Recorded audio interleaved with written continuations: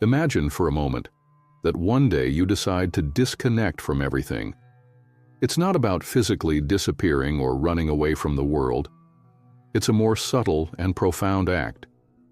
Letting go of the invisible ties that bind you to expectations, shared routines, and the constant interactions that define who you are to others. You don't do it out of anger or resentment, but out of the simple yet powerful need to reconnect with yourself, to hear your own voice without the echo of others. Distance has a curious, almost unsettling effect. It's not just a change of scenery or geographical coordinates. It's a rupture in the delicate web of connections we maintain without even realizing it. By stepping away, you're not only detaching yourself but also disrupting the balance in the lives of those around you. It's not just about them missing you. It's more complex than that. Your absence acts as an empty mirror that, instead of reflecting, reveals what was always there, hidden beneath the comfort of daily presence. People rarely perceive you for who you truly are. Rather, they define you by what you represent in their emotional universe. You are a mirror in which they project their own insecurities, desires, and fears. Your presence offers a reflection in which they can recognize themselves, or sometimes escape from themselves. But what happens when that mirror disappears? It's not just the lack of your physical presence that weighs on them, but the confrontation with the void you leave behind. A void that, paradoxically, doesn't speak of your absence, but of what your presence used to conceal.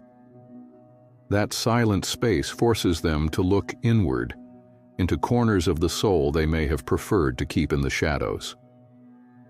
The discomfort doesn't stem from what is missing, but from what is exposed. This is where the true lesson of distance lies, in the opportunity to discover how much of what we thought we needed from others was, in reality, a reflection of what we refuse to see within ourselves. Disconnecting, then, is not an act of abandonment, but a gesture of authenticity. It's a reminder that sometimes, to find ourselves again, we first need to lose ourselves a little. Have you ever heard someone say they couldn't live without you?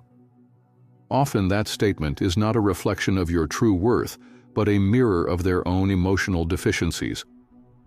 In reality, what they consider indispensable is not you as an individual, but the role you play in their life, the comfort you bring, the validation you offer, or the emotional stability you represent. When you decide to step away, that fragile balance is broken, and an undefinable discomfort emerges. Is it sadness, anger, guilt, fear? It's not just one emotion, but a whirlwind of sensations that, deep down, contain a painful question. Who am I without you? It's a question that forces the person to face themselves, stripping them of the refuge they once found in your presence. Your absence, far from being just an empty space, becomes a catalyst. Some try to fill that void by idealizing you, placing you on a pedestal to keep alive a version of you that comforts them. Others take the opposite route. They demonize you, attributing blame and flaws to justify their distress. Both reactions are strategies to make sense of the loss, narratives that allow them to process what they feel without confronting the root of the issue. What they seek is not to understand you or analyze the relationship you shared. What they truly need is to reconstruct their own identity without the influence of your presence. Your departure acts as a shattered mirror, reflecting, in fragments, the reality they didn't want to see. How much of their inner peace depended on someone else? And in that confrontation with emptiness, they may realize that what they feared most was not losing you but facing themselves. Over time, absence transforms into something far more complex and profound than a mere circumstance.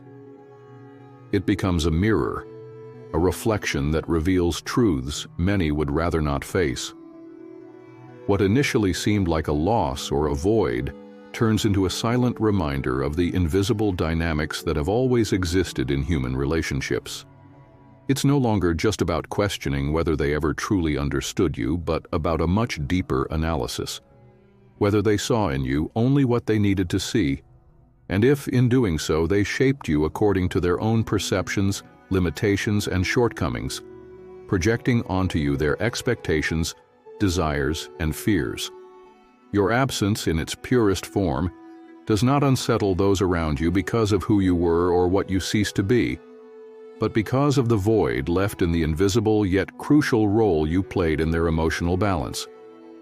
It's as if you were the glue, unseen but essential, that held together everything that seemed stable, while your presence, though imperceptible, offered them comfort, direction, and security. Now that you're gone, the emptiness is not only felt but is evident in the cracks of relationships and the fragility of those who once depended on you. But this impact is not limited solely to others. Walking away also comes at a cost paid in the deep echo of loneliness that arises when one faces absence, not from the outside, but from within. Walking away shakes you, reconfigures you, and redefines you in ways you hadn't anticipated. It's not an easy act, nor one free from discomfort. It's an action that demands tremendous courage, one that challenges the desire for permanence and confronts the need for change. Walking away means having the courage to look at yourself in the mirror of solitude, without distractions, without emotional refuges, and to accept the shifts that emerge within you. In that distance, in that momentary isolation, facets of yourself are unveiled that had remained hidden beneath the heavy layer of routine, external expectations, and social pressures. You see yourself not as the reflection others expect to see, but as the authentic being that, until now, had been overshadowed by the needs of others. The most paradoxical part of all this, however, is that sometimes letting go, walking away, can be the purest and most selfless act of love. By leaving others, you offer them the gift of freedom and the opportunity to face their own fears and challenges. You allow them to learn how to support themselves without depending on you as an emotional anchor. You give them the necessary space to grow, to find their own balance without needing your constant presence. And although absence may inevitably hurt at first, that very absence has the potential to create fertile ground, both for the personal growth of the one who leaves and for those who remain. The void left by your departure, instead of being barren ground, becomes a rich soil where the seeds of self-definition and self-awareness can take root. And so, despite the pain, both you and others may find in absence the opportunity to evolve, to renew, and to grow in ways that would not have been possible otherwise. So, if you ever decide to walk away, remember, you're not simply closing the door on a relationship. You are opening a crucial space, one where both you and others have the opportunity to discover yourselves, free from mutual influences. It's a profound process, a space where masks fall away and true identities can emerge without the pressure of external expectations. And that, perhaps, is the greatest gift you can offer. The chance to find authenticity, both in yourself and in others. If you enjoyed this content, don't forget to like the video to support what we do and stay updated on more posts like this.